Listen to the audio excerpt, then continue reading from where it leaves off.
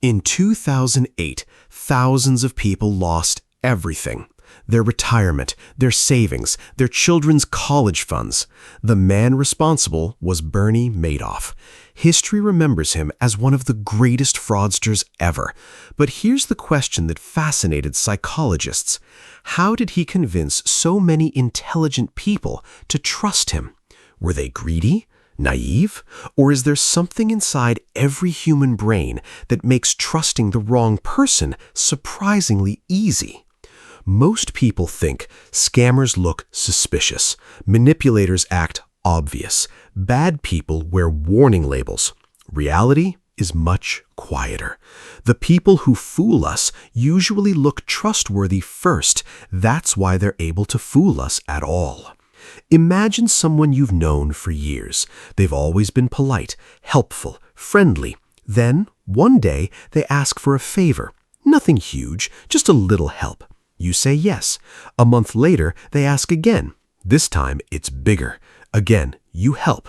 Slowly, the requests become larger, the excuses become weaker, but something strange happens. Instead of becoming more suspicious, many people become even more trusting.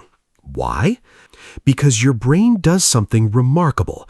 It assumes other people think the way you think. If you wouldn't steal, you naturally expect others not to steal. If you'd return a lost wallet, you expect they would too. Psychologists call this projection.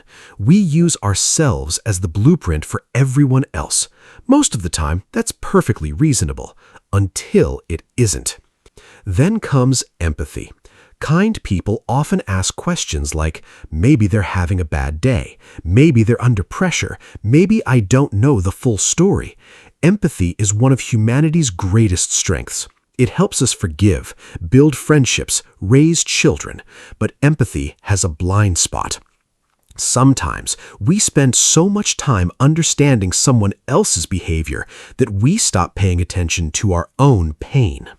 Now, imagine you've spent years believing someone is a good person. Then they betray you. Walking away should be easy, but often it isn't, because leaving doesn't just mean losing the relationship. It means admitting the person you trusted was never who you believed they were. That feeling creates something psychologists call cognitive dissonance. Your brain has two choices: change the belief or explain away the evidence. Many people choose the second, not because they're foolish, because it's less painful. That's exactly what happened with many of Bernie Madoff's victims. Some investors noticed warning signs. Others questioned his impossible returns. But many stayed, not because they never saw the evidence, because every year they stayed, walking away became emotionally harder. Trust became an investment itself. So, does this mean we shouldn't trust anyone? Not at all.